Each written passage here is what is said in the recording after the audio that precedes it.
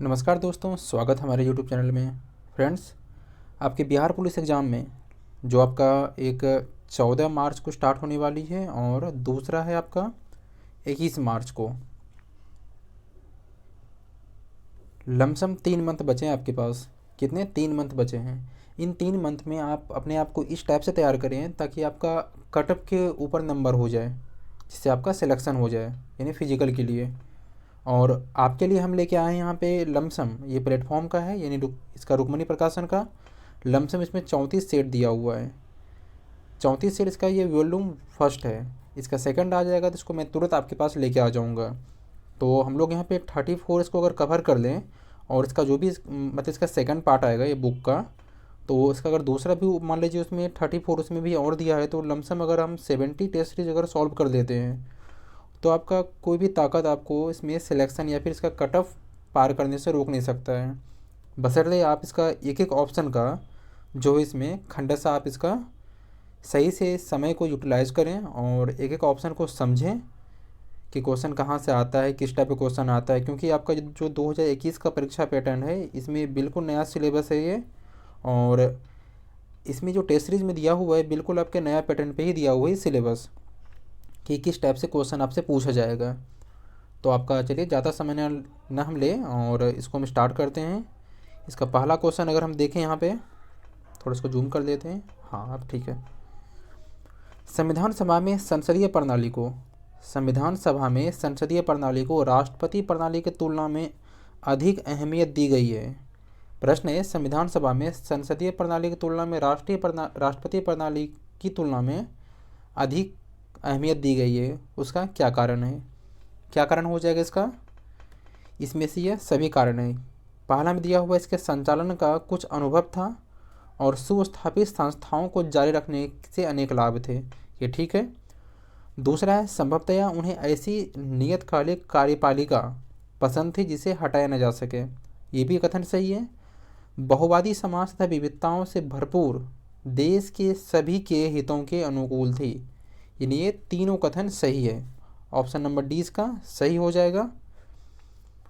सबसे पहली बात मैं इसमें से और कुछ तथ्य में बता दूं कि संविधान सभा को व्यवहारिक रूप किसने दिया था? ये आपका कैबिनेट मिशन योजना ने। किसने?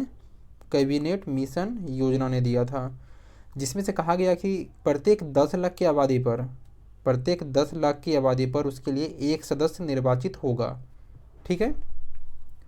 और दूसरा बात ये कि अविभाजित भारत के लिए निर्वाचित संविधान सभा का बैठक कब हुआ था? पहली बार बैठक 9 दिसंबर, यानी कि आपको विभाजन से पहले 9 दिसंबर 1946 को इसका पहली बैठक हुआ था। कब?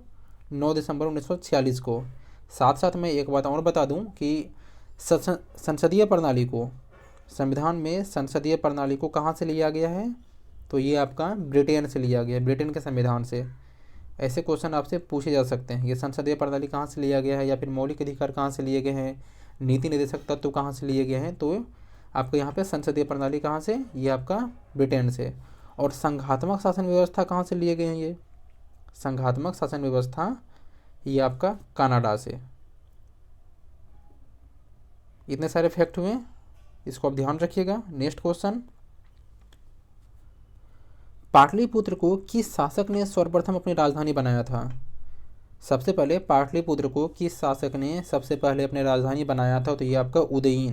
किसने? उदयीन हो जाएगा। इसके साथ साथ कुछ और इसका फैक्ट हम जानते हैं कि उदयीन ने सर्वप्रथम पाटलिपुत्र को अपनी राजधानी बनाया था, ठीक है। दूसरा फैक्ट है कि उदयीन किस वंश का शासक था? ये आपका हर्यक वंश का शासक था। किसका? हर्यक वंश का शासक था। कौन? उदयीन। और हर्यक वंश की स्थापना किसने किया था? हर्यक वंश की स्थापना किसने किया था? तो ये आपका बिंबिसार ने किया था। और किस वंश को, अगर आपसे ऐसे क्वेश्चन पूछे कि किस वंश को पितृहंता वंश के नाम से भी जानते हैं, तो ये आपका हर्यक वंश। और इसका हर्यक वंश का अंतिम शासक कौन था? हर्यक वंश का अंतिम शासक कौन था? नागदशक। कौन? नागदशक। उसके साथ साथ नागदशक की हत्या किसने किया था? नागदशक की हत्या किसने किया था? उसके आमत यानी प्रधानमंत्री शिशुनाग ने कर दी। और शिशुनाग ने हत्या करके शिशुनाग वंश की स्थापना की थी, ठीक है। सातवां फैक्ट, मौर्य वंश का संस्थापक कौन था? चंद्रगुप्त मौर्य था। ये देख लीजिए, मौर्य वंश का संस्थापक कौन था? चंद्रगुप्त मौर्य था। उसके साथ साथ अगर दूसरा फैक्ट देखें कि अशोक ने कब कलिंग पर आक्रमण किया था या फिर कब जीता था उसको? 261 ईस्वी में। कब? 261 ईस्वी में। और कनिष्क के काल में कब शक संवत की शुरुआत हुई? तो 78 ईस्वी में शक संवत की शुरुआत हुई। इतने सारे फैक्ट हो गए आपके पास, इसको सभी फैक्ट को ध्यान रखिए आप। क्वेश्चन नंबर तीसरा, नालंदा विश्वविद्यालय किस लिए विश्व प्रसिद्ध था? नालंदा विश्वविद्यालय किस लिए विश्व प्रसिद्ध था? किस लिए हो जाएगा ये? बौद्ध धर्म दर्शन के लिए। नालंदा विश्वविद्यालय किस लिए प्रसिद्ध था? तो बौद्ध धर्म दर्शन के लिए। इसकी स्थापना किसने की थी? नालंदा विश्वविद्यालय की स्थापना किसने की थी? तो गुप्त शासक कुमारगुप्त प्रथम ने। गुप्त शासक कुमारगुप्त प्रथम ने। और विक्रमशिला की बात करें, विक्रमशिला विश्वविद्यालय की स्थापना किसने की थी? पाल वंश ने। नालंदा विश्वविद्यालय की स्थापना गुप्त वंश ने, कुमारगुप्त प्रथम, और विक्रमशिला पाल वंश।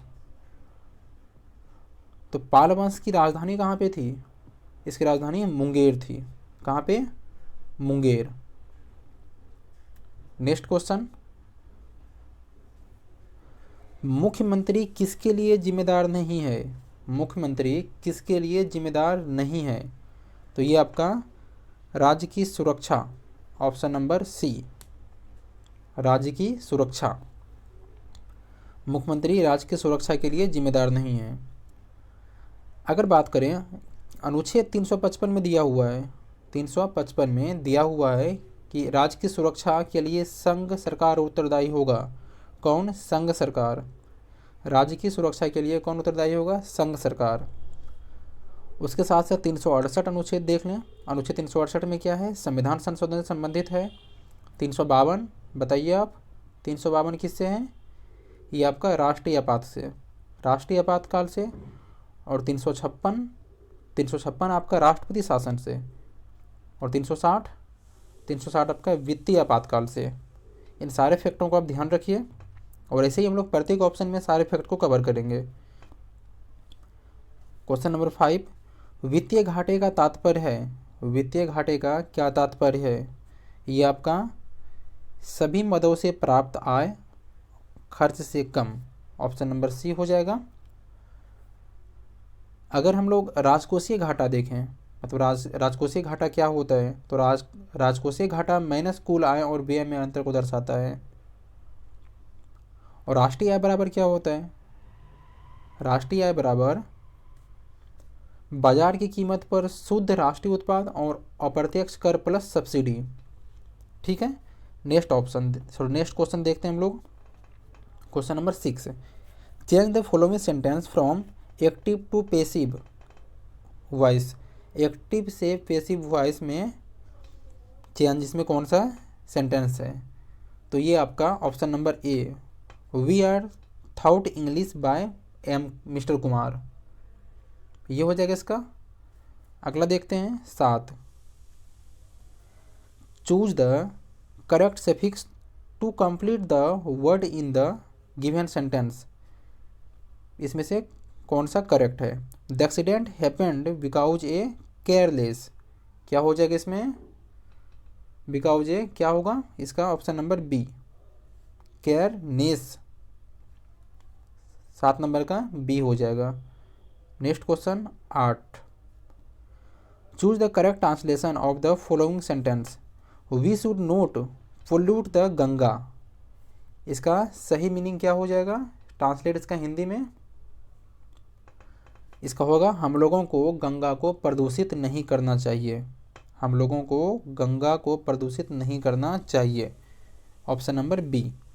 Next question, choose the alternative which is the best substitute of word या सेंटेंस। इमिटिंग इनकोवरेंस, इसका क्या हो जाएगा? Option number B,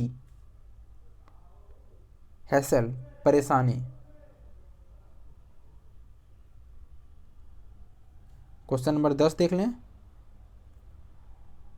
choose approximate article, Ram gave dash 1 rupee note. इसका क्या हो जाएगा? ए, Ram gave me a 1 rupee notes. Question number 11,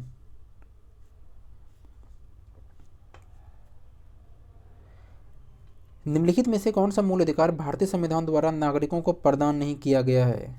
कौन सा मूल अधिकार है जो भारतीय संविधान द्वारा नागरिकों को प्रदान नहीं किया गया है? तो ये आपका सूचना का अधिकार। सूचना का अधिकार वो आपको मूल अधिकार में प्रदान नहीं किया गया है, मतलब प्रदान किया गया लेकिन ये भारतीय संविधान द्वारा नागरिकों को प्रदान नहीं किया गया है। इसके साथ साथ इसके बारे में और थोड़ा जान लेते। संसदीय अधिनियम, संसदीय अधिनियम के द्वारा अक्टूबर 2005 में सूचना के अधिकार अधिनियम पारित हुआ। सूचना का अधिकार आपका एक मौलिक अधिकार नहीं है, लेकिन सर्वोच्च न्यायालय ने इसे मौलिक अधिकार के समान माना है।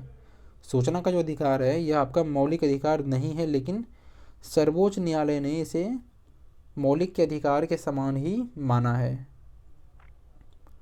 साथ साथ मैं बता दूं कि वर्तमान में मुख्य सूचना आयुक्त कौन है? तो ये आपका यशवर्धन कुमार सिन्हा है। कौन? यशवर्धन कुमार सिन्हा।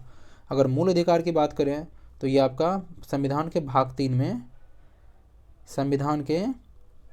3 में दिया हुआ है, जो आपका अनुच्छेद 12 से लेके 35 तक है। 12 से लेके 35 तक। नेक्स्ट क्वेश्चन, अंतर्राष्ट्रीय मुद्रा कोष की स्थापना किस समझौते के अंतर्गत हुई? अंतर्राष्ट्रीय मुद्रा कोष की स्थापना किस समझौते के अंतर्गत हुई थी? तो ये आपका ब्रेटन वुड्स समझौता। कौन सा समझौता है? ब्रेटन वुड्स समझौता। ये कब हुआ था? 1944। कब? 1944 में।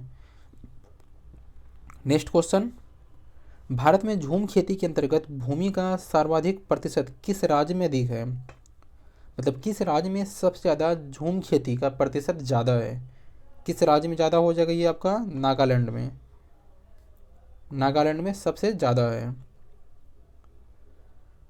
मैं बता दूं यहाँ पे कि झूम खेती जो है ये पर्यावरणीय दृष्टि से ये हानिकारक है, क्योंकि इसको यहाँ पे जलाया जाता है। एक स्थान से लमसम जितने सारे फसल हुए उसको जला के दूसरे स्थान पर वो, मतलब यहाँ से जितने सारे पेड़ पौधे हैं उनको जला के वहाँ पे खेती करते हैं।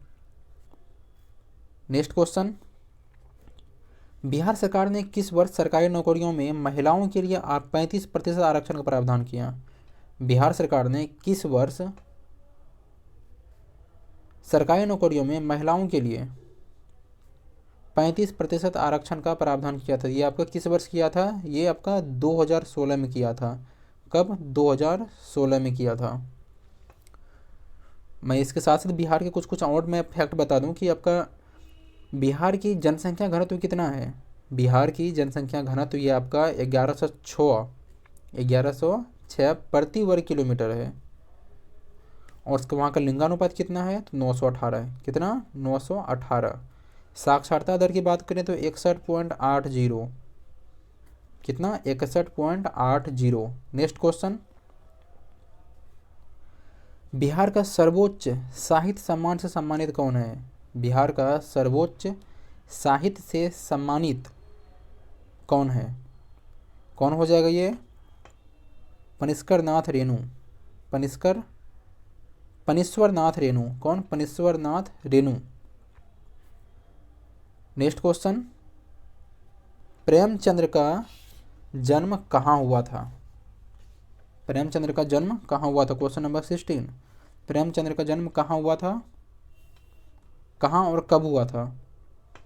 ये आपका 31 जुलाई 1980 को। कहाँ हुआ था? वाराणसी जिले में।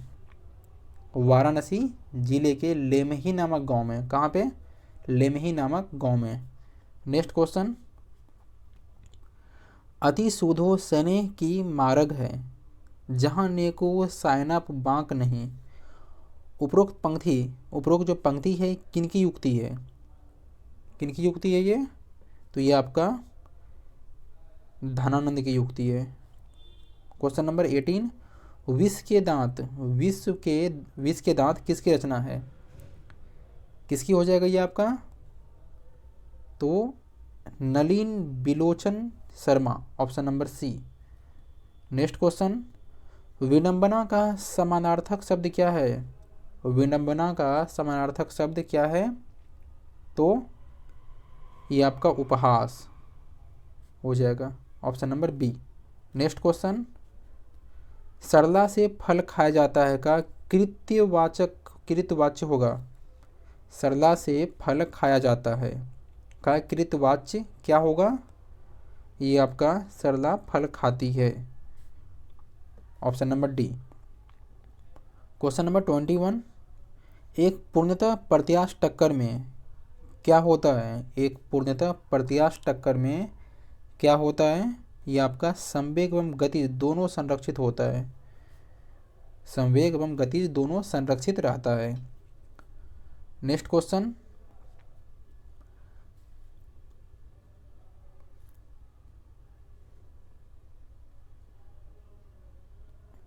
क्वेश्चन नंबर 22, जब हम रबड़ के गद्दे वाले सीट पर बैठते हैं, जब हम रबड़ के गद्दे वाले सीट पर बैठते हैं या गद्दे पर लेटते हैं तो उसका आकार परिवर्तित होता है। तो ऐसे पदार्थ में क्या पाई जाती है? कौन सी ऊर्जा होगी इसमें? इसमें आपका स्थितिज ऊर्जा होगी। कौन सी ऊर्जा? स्थितिज ऊर्जा हो जाएगी, ऑप्शन नंबर बी। अगला क्वेश्चन है, व्यक्ति अपनी दाढ़ी बनाने के लिए जिस दर्पण का प्रयोग में लाता है वह कौन सा दर्पण है? कौन सा दर्पण हो जाएगा ये आपका? ये अवतल दर्पण। इसे आप 10th में भी पढ़े होंगे। अगला क्वेश्चन देखते हैं,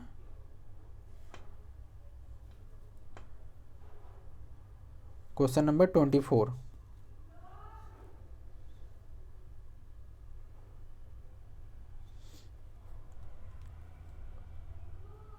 ठोस में चल सकने वाली तरंगे कौन सी है? ठोस में चल सकने वाली तरंगे कौन सी है? तो इसमें क्या हो जाएगा? Option number C. अनुप्रस्थ और अनुदैर्ध्य दोनों तरंगे ठोस में चल सकती है। 25, निम्नलिखित में से होकर जाने वाले प्रकाश, निम्नलिखित से होकर जाने वाली प्रकाश किरण अपवर्तन के बाद बिना विचलित हुए उसी पथ पर निकल जाती है। कहाँ से?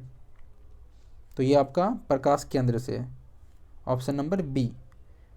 क्वेश्चन नंबर 26, एक लेंस में आवर्धन का मान सदैव 1 से कम होता है, वह लेंस क्या कहलाता है? कौन सी लेंस हो जाएगा ये बी, अवतल lens, option number B. Question number 27, वस्तु से बड़ा आभासी प्रतिबिंब बनाता है कौन सा दर्पण? वस्तु से बड़ा और आभासी प्रतिबिंब कौन सा दर्पण बनाता है? तो ये आपका अवतल दर्पण वस्तु से बड़ा और आभासी प्रतिबिंब बनाता है। क्वेश्चन नंबर 28, चुंबकीय फ्लक्स का एसआई मात्रक क्या है? चुंबकीय फ्लक्स का एसआई मात्रक क्या है? तो ये आपका वेबर, क्या हो जाएगा? वेबर।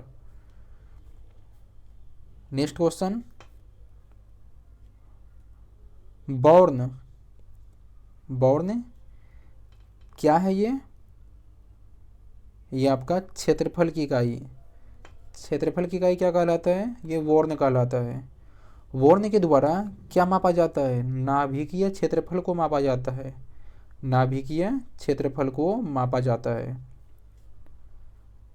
एक बॉर्न बराबर क्या हो जाएगा? 10⁻⁻28 मीटर स्क्वायर।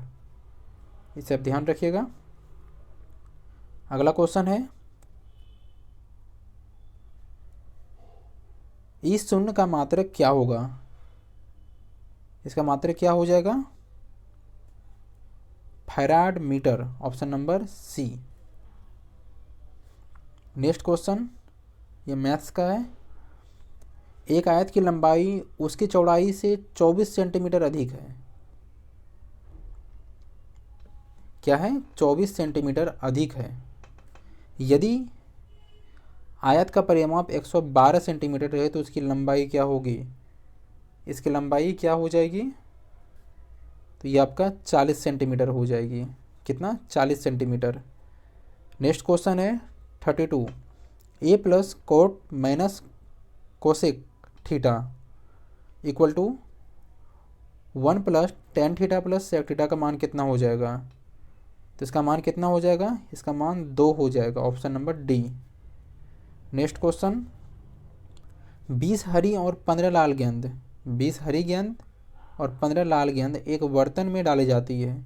एक हरी गेंद चुनने की संभावना कितनी हो सकती है? कितना हो जाएगा ये आपका? 4/7। Question number 34, x³ plus 6x² plus 11x plus 6 का निम्नलिखित में से कौन सा गुणनखंड नहीं है?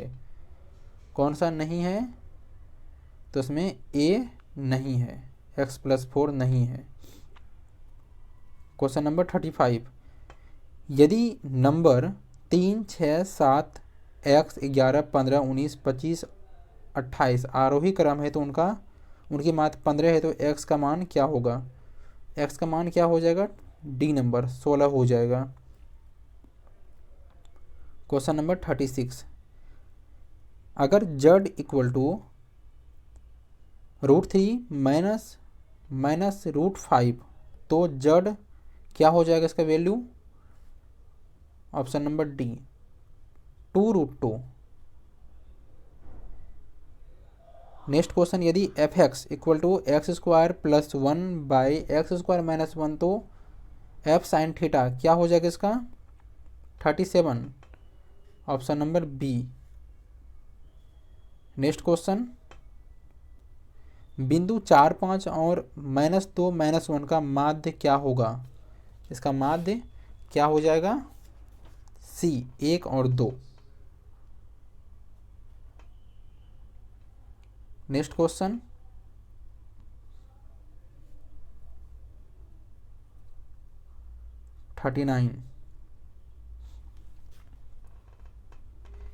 एक लघुवृत्तीय शंकु के आधार का क्षेत्रफल 154 वर्ग सेंटीमीटर है तथा इसकी ऊंचाई 14 सेंटीमीटर है, तो इसके वक्र पृष्ठ क्षेत्रफल कितना होगा?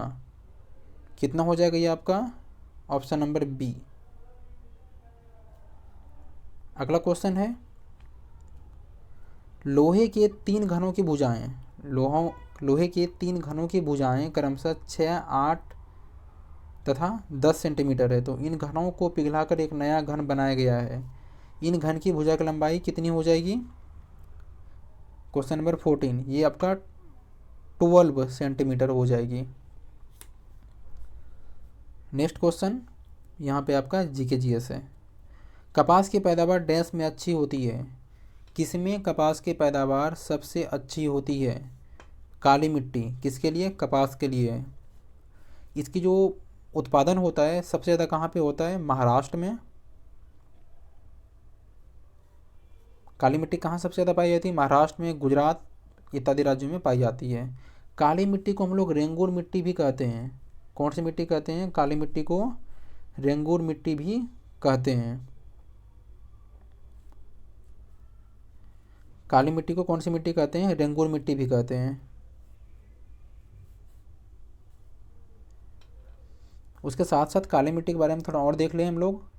तो वैसे मिट्टी काली मिट्टी में जल धारण की क्षमता सबसे अधिक होती है। आपसे क्वेश्चन पूछा जाए कि किस मिट्टी में जल धारण की क्षमता सबसे अधिक होती है, तो ये आपका काली मिट्टी में हो जाएगा। कौन सी मिट्टी में? काली मिट्टी में। आगे बढ़ते हैं।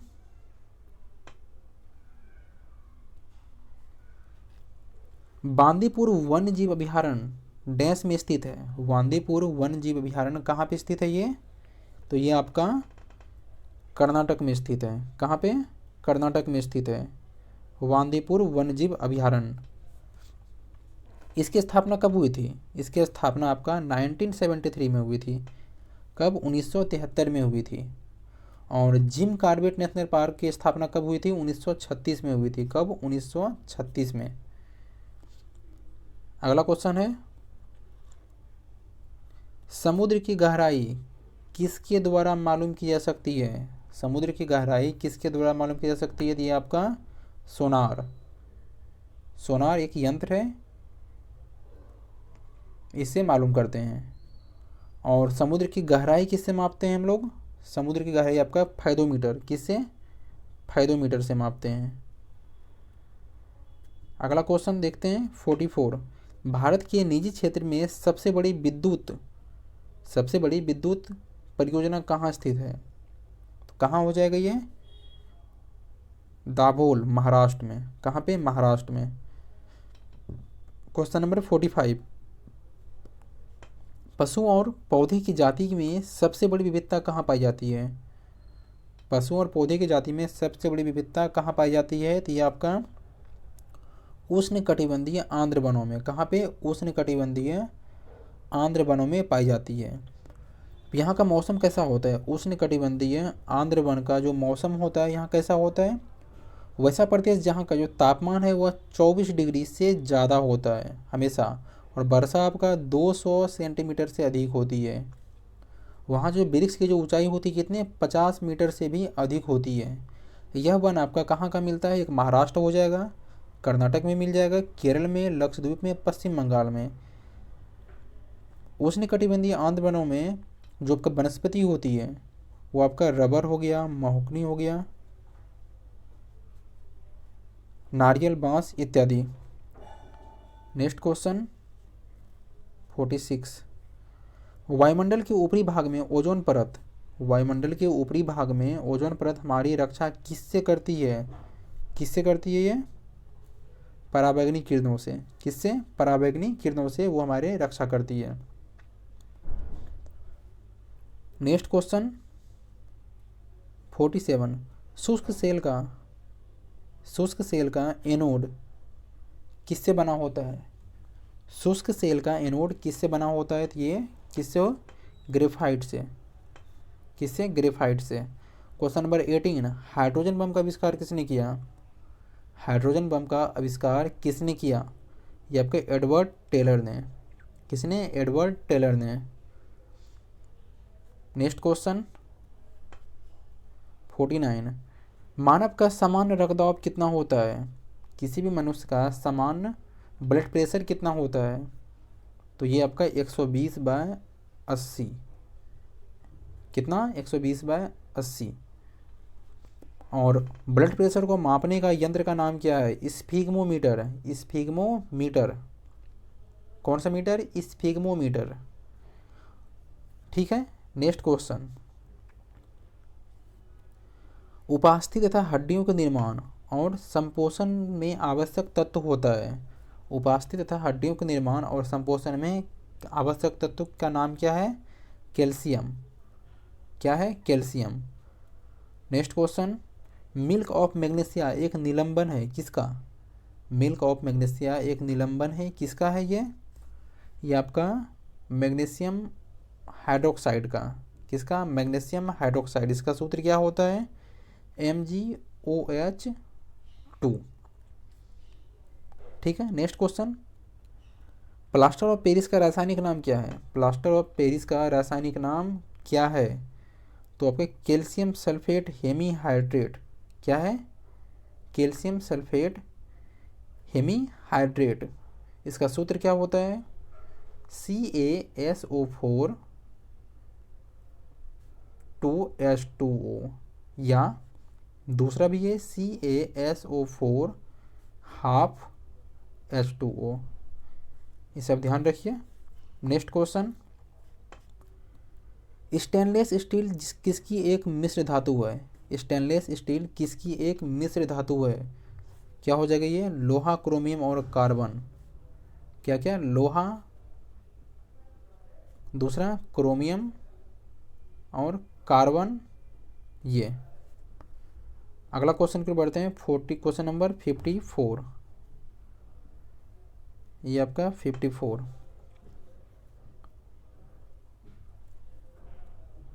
कांच को नीला रंग निम्नलिखित में से कौन प्रदान करता है? कांच को नीला रंग निम्नलिखित में से कौन प्रदान करता है? तो ये आपका कोबाल्ट ऑक्साइड। किसने? Cobalt oxide. कोबाल्ट ऑक्साइड के कारण ही इसका रंग कैसा होता है? नीला हो जाता है। Next question 55। रक्त स्कंदन में कौन सा विटामिन क्रियाशील होता है? रक्त स्कंदन में कौन सा विटामिन क्रियाशील होता है? तो ये आपका विटामिन के। कौन सा? विटामिन के।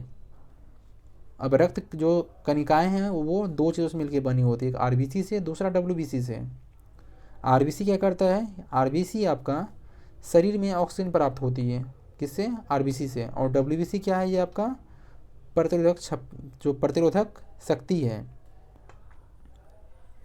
ये देख लेती है। नेक्स्ट क्वेश्चन 56, किसकी उपस्थिति के कारण गाय का दूध का रंग पीला होता है। किसकी उपस्थिति के कारण गाय के दूध का रंग क्या होता है, पीला होता है। क्या हो जाएगा ये, कैरोटीन के कारण। कैरोटीन के कारण ही गाय के दूध का रंग पीला होता है। और दूध में कौन सा अम्ल पाया जाता है, तो आपका इसमें लैक्टिक अम्ल पाया जाता है। और दही में, दही का खट्टा होने क्या कारण है, वहाँ पे लैक्टिक का लैक्टोस में बदल जाता है, इसलिए खट्टा होता है वो। अगला क्वेश्चन देखते हैं, एंजाइम मूल रूप से क्या है। एंजाइम मूल रूप से क्या है, ये आपका एक प्रोटीन है। क्या है, प्रोटीन है।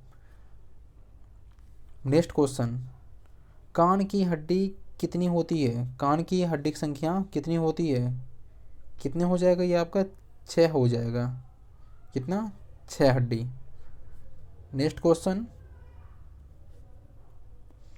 प्याज में निम्नलिखित में से किसमें खाद्य जमा होता है। प्याज में निम्नलिखित में से किसमें खाद्य जमा होता है, तो क्या हो जाएगा ये आपका शल्यपत्र में, ऑप्शन नंबर सी। और इसमें गुणसूत्र की संख्या कितनी होती है प्याज में, इसमें 16 होती है। प्याज में गुणसूत्र की संख्या कितनी होती है, तो 16 होती है। क्वेश्चन नंबर 61, लाल रुधिर कोशिकाओं का उत्पादन निम्नलिखित में से किसके द्वारा होता है। लाल रुधिर कोशिकाओं का उत्पादन निम्नलिखित में से किसके द्वारा होता है, तो ये आपका अस्थि मज्जा। किसके द्वारा, अस्थि मज्जा के द्वारा होता है। नेक्स्ट क्वेश्चन, उपभोक्ता शोषण के मुख्य कारण क्या है। उपभोक्ता शोषण के मुख्य कारण क्या है, तो ये आपका सूचना का अभाव भी है, वस्तुओं की सीमित आपूर्ति भी है, और उपभोक्ताओं की अज्ञानता, यानी ऑप्शन नंबर डी, ये सभी कारण है। क्वेश्चन नंबर 63, रोलेट एक्ट के विरोध में किसने लगान न देने का आंदोलन चलाने का सुझाव दिया था। रोलेट एक्ट के विरोध में किसने लगान न देने का आंदोलन चलाने का सुझाव दिया था। किसने दिया था, स्वामी श्रद्धानंद ने। किसने, श्रद्धानंद ने। अब रोलेट एक्ट पारित कब हुआ था, ये आपका 1919 में पारित हुआ था। कब, 1919 में। रोलेट एक्ट को हम काला कानून भी कहते हैं, और इसे काला कानून के साथ साथ न वकील, न अपील, न दलील के नाम से भी जानते हैं। रोलेट एक्ट का उद्देश्य था कि बिना किसी कार्रवाई के आपको वो हिरासत में डाल सकता था। बिना किसी, मतलब किसी को भी पकड़ के, बिना उस पर कोई मुकदमा चलाए आपको वो कारावास में डाल सकता था, जिसे काला कानून भी कहा गया। इस कानून को न वकील, न दलील और न अपील के नाम से भी इस कानून को जानते हैं। अगला क्वेश्चन 64, किसने खिलाफत आंदोलन को हिंदुओं और मुसलमानों की एकता का एक ऐसे अवसर के रूप में देखा जो 100 वर्षों में भी पुनः स्थापित नहीं होगा। किसने देखा था, तो ये आपका ऑप्शन नंबर सी, महात्मा गांधी ने देखा था। अब बात करें खिलाफत आंदोलन को 1919 से कब, मतलब इसको कब स्टार्ट किया गया था, तो ये आपका 1919 से 1922 के बीच चलाया गया था। खिलाफत आंदोलन के प्रमुख नेताओं की बात करें तो इसमें आपका मौलाना मोहम्मद अली और ये मौलाना शौकत अली थे, जिसे हम अली बंधु के नाम से भी जानते हैं। नेक्स्ट क्वेश्चन, क्वेश्चन नंबर 65, जुलाई 1942 की वर्धा में महात्मा गांधी ने कांग्रेस की कार्यकारिणी समिति में अपने भारत छोड़ो आंदोलन की चर्चा की। तब उस समिति के अध्यक्ष कौन थे, तो Abdul Kalam Azad, option number B. कौन, अब्दुल कलाम आज़ाद। इसके साथ साथ भारत छोड़ो आंदोलन की अगर बात करें, 8 अगस्त 1942 को बम्बई के रैंक से मैदान में भारत छोड़ो आंदोलन की शुरुआत हुई। इसी आंदोलन में करो या मरो का नारा दिया। किसने दिया था नारा? ये महात्मा गांधी ने। नेक्स्ट क्वेश्चन, निम्न में से किस सुल्तान ने कुतुब मीनार की 5वीं मंजिल का निर्माण कराया था? किसने कुतुब मीनार की 5वीं मंजिल का निर्माण कराया था? तो क्या हो जाएगा ये? फिरोज शाह तुगलक ने। फिरोज शाह तुगलक ने। किसने? फिरोज शाह तुगलक ने, जिसने 5वीं मंजिल का निर्माण कराया था। किसका? कुतुब मीनार का। क्वेश्चन नंबर 67, ख्वाजा मोइनुद्दीन चिश्ती किसके शिष्य थे? तो किसके शिष्य थे ये Khwaja Usman Haruni. Option number C हो जाएगा, Khwaja Usman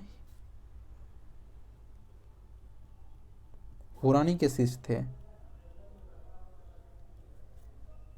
question number 68,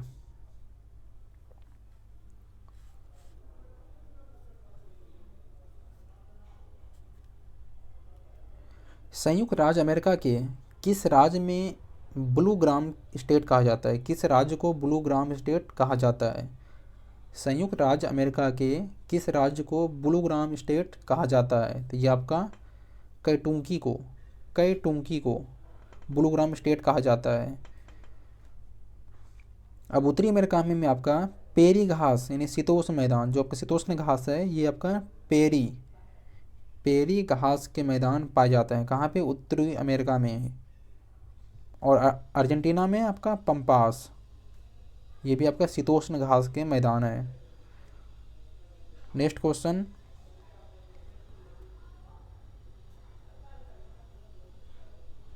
sixty 69, निम्नलिखित में से कौन सा बाह्य पतन का विशिष्ट उदाहरण है? बाह्य पतन का विशिष्ट उदाहरण है, क्या हो जाएगा ये? हल्दिया। हल्दिया जो है बाह्य पतन का विशिष्ट उदाहरण है, और हल्दिया में ही तेल शोधक कारखाना भी है। तेल शोधक कारखाना भी है। इसके साथ साथ बता दूं कि विशाखापट्टनम भारत की सबसे गहरी बंदरगाह है।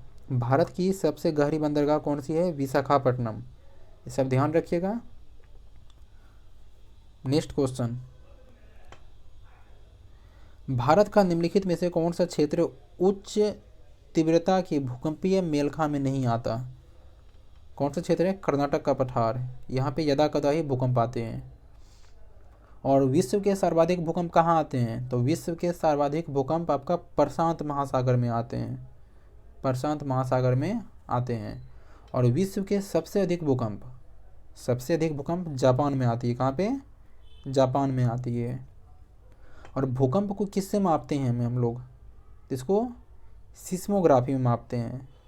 और इसकी तीव्रता को रिएक्टर स्केल में, किससे? रिएक्टर स्केल में मापते हैं। क्वेश्चन नंबर 71, वैश्विक लैंगिक अंतराल रिपोर्ट। वैश्विक लैंगिक अंतराल रिपोर्ट किस संस्था द्वारा जारी किया जाता है? ये आपका विश्व आर्थिक मंच द्वारा जारी किया जाता है। इसकी शुरुआत कब हुई थी? 2006 से हुई थी। इसका मुख्यालय कहाँ पे है? स्विट्जरलैंड में है। और इसमें भारत का कौन सा स्थान है? 112वां स्थान है। इसके साथ साथ मैं दूसरा बता दूं कि विश्व बैंक का मुख्यालय कहाँ पे है? तो ये इसका वाशिंगटन डीसी में है। और WHO का मुख्यालय ये जनेवा। इसे आप सारे फैक्ट को ध्यान रखिए। नेक्स्ट क्वेश्चन, आपका बैंक आपके द्वार किस बैंक की टैगलाइन है? ये किस बैंक की है? India post payment bank. Option number D. इसकी स्थापना कब हुई थी? तो अगस्त 2018 में इस बैंक की स्थापना हुई थी। कब? अगस्त 2018 में। और 1 सितंबर से इन्होंने अपना कार्य करना प्रारंभ किया। इसके साथ साथ SBI की स्थापना कब हुई थी? स्टेट बैंक ऑफ इंडिया का स्थापना 1 जुलाई 1955 को हुई थी। कब? 1 जुलाई 1955 को हुई थी। आगे बढ़ते हैं। क्वेश्चन नंबर आपका 73, किस वर्ष मुंबई में पहली भारतीय कपड़ा मिल की स्थापना हुई? मुंबई में सबसे पहले भारतीय कपड़ा मिल की स्थापना कब हुई? तो ये आपका 1854 में हुई थी। कब? 1854 में हुई थी। किसने खोला था इसने? कावासाकी डायर ने। कब? कावासाकी डावर ने खोला था। नेक्स्ट क्वेश्चन, किस देश ने थेरवाद त्रिपिटक को राष्ट्र विरासत घोषित किया? किस देश ने थेरवाद त्रिपिटक को राष्ट्र विरासत घोषित किया है? क्या हो जाएगा इसका? सी, श्रीलंका ने। किसने? श्रीलंका ने। नेक्स्ट क्वेश्चन, रसखान की भक्ति कैसी थी? क्वेश्चन नंबर 76, रसखान की भक्ति कैसी थी? तो ये आपका सगुन। सगुन कैसी थी? सगुन। नेक्स्ट क्वेश्चन 77, भारत माता किस कवि की रचना है? भारत माता किस कवि की रचना है? तो ये आपका सुमित्रा नंदन पंत। सुमित्रा नंदन पंत। क्वेश्चन नंबर 78, तल्लीन का संधि विच्छेद क्या होगा? तल्लीन का संधि विच्छेद क्या होगा? तो ये आपका तत् जोड़ लीन, तल्लीन। 79, किसी की हंसी उड़ाना वाक्यांश के लिए प्रयुक्त शब्द है। किसी की हंसी उड़ाना क्या हो जाएगा? ये उपहास। क्वेश्चन नंबर 80, दिए गए वाक्य में किससे संबंधित अशुद्धियां हैं? मैं रविवार के दिन तुम्हारे घर आऊंगा, इसमें अशुद्धि क्या है? संज्ञा में अशुद्धि है। नेक्स्ट क्वेश्चन 81, भारत में विश्व के कितने प्रतिशत आबादी वास करती है? कितने प्रतिशत आबादी वास करती है? आपका 70.5 यानी 17.5% आबादी वास करती है। 82, भारत रत्न किस अवसर पर प्रदान किया जाता है? भारत रत्न किस दिन दिया जाता है? ये आपका 26 जनवरी को दिया जाता है। कब? 26 जनवरी। किसके द्वारा? तो ये आपका राष्ट्रपति के द्वारा दिया जाता है। किसके द्वारा? राष्ट्रपति के द्वारा। नेक्स्ट क्वेश्चन, पालघाट निम्नलिखित में से किनके मध्य स्थित है? पालघाट निम्नलिखित में से किनके मध्य स्थित है? क्या हो जाएगा? ये आपका नीलगिरी और अन्नामलाई पहाड़ी, इसी के बीच में पालघाट स्थित है। और अगर राज्य की बात करें तो पालघाट आपका केरल, आप केरल और तमिलनाडु के मध्य स्थित है। ठीक है। इसके साथ साथ जो थालघाट की बात करें, यहाँ तो पालघाट क्वेश्चन है, थालघाट अगर आपसे पूछ लिया जाए, थालघाट दर्रा जो आपका नासिक से मुंबई के मध्य स्थित है, नासिक और मुंबई को जोड़ती है, उसके बीच में स्थित है। कौन सी दर्रा? ये थालघाट। और पीर पंजाल आपको पता है, पीर पंजाल कहाँ से? भारत व चीन के मध्य स्थित है, सॉरी भारत और पाकिस्तान के मध्य स्थित है। और काराकोरम भारत चीन के मध्य स्थित है। ये सब ध्यान रखिएगा। क्वेश्चन नंबर 84,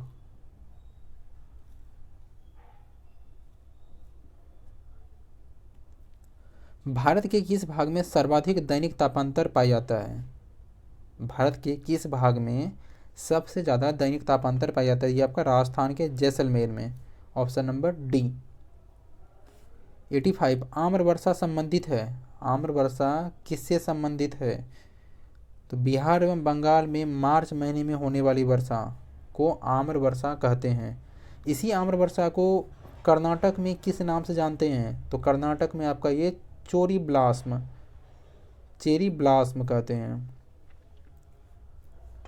उसके साथ साथ वर्षा मापी यंत्र को किस में मापते हैं? वर्षा मापी यंत्र को किस में मापते हैं? तो ये आपका रेन गेज में मापते हैं। भारत की औसत वर्षा कितनी होती है? भारत में औसत वर्षा कितनी होती है? तो 118 सेंटीमीटर। नेक्स्ट क्वेश्चन 86, भारत में निम्नलिखित में से कौन सा मृदा प्रारूप लोहे के अतिरिक्त होने के कारण अनुर्वर होता जा रहा है? कौन सा मृदा हो जाएगा? ये लेटेराइट। Option number D.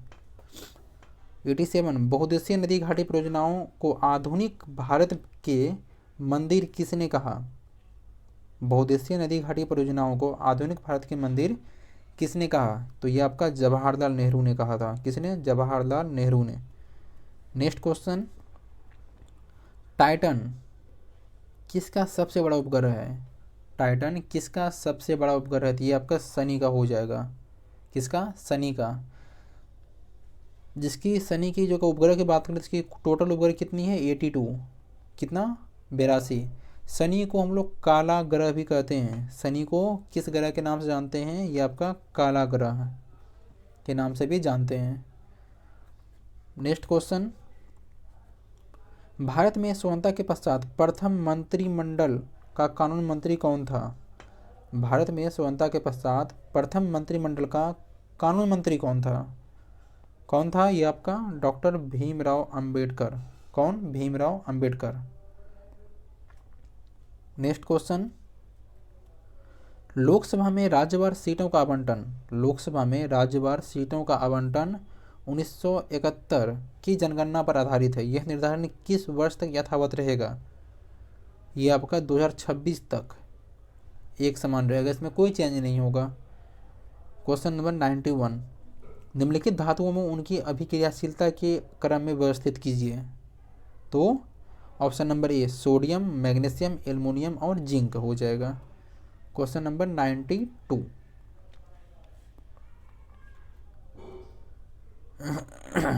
92 देखिए यहाँ पे, निम्नलिखित में से कौन सा रक्त स्कंदन ब्लड क्लोथिंग के लिए अनिवार्य है?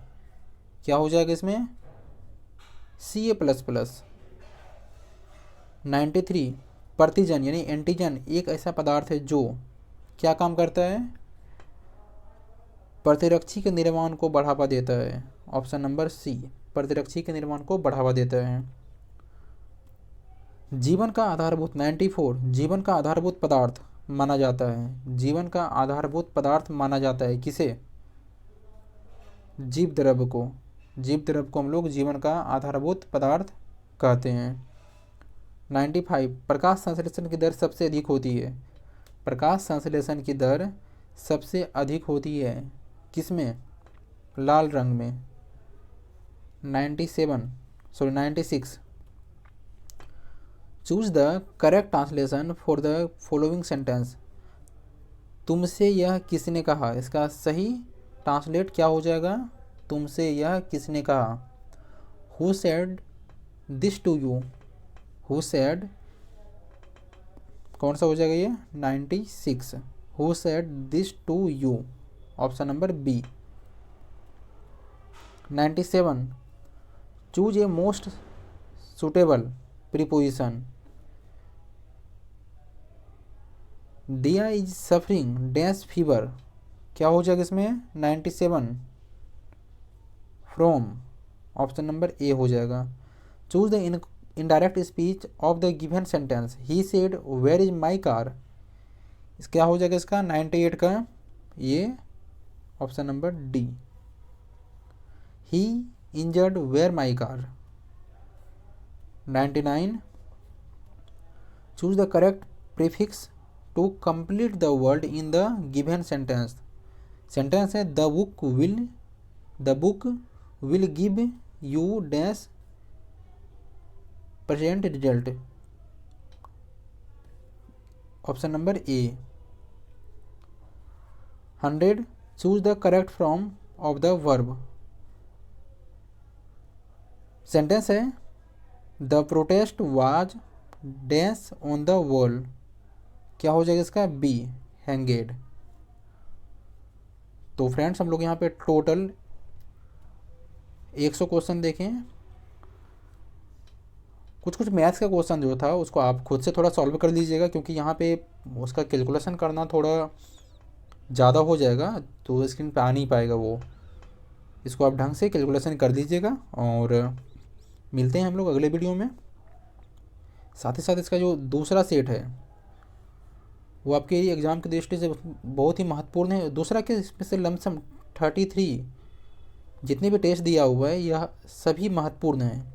उसके साथ साथ हम लोग कुछ प्रीवियस ईयर वाले जो आपका 2019 में और 2020 में जो जितने सारे एग्ज़ाम हुए हैं बिहार पुलिस के, उन सारे प्रश्नों को हम लोग अलग से वीडियो में देख लेंगे। मिलते हैं अगले वीडियो में, तब तक के लिए नमस्कार।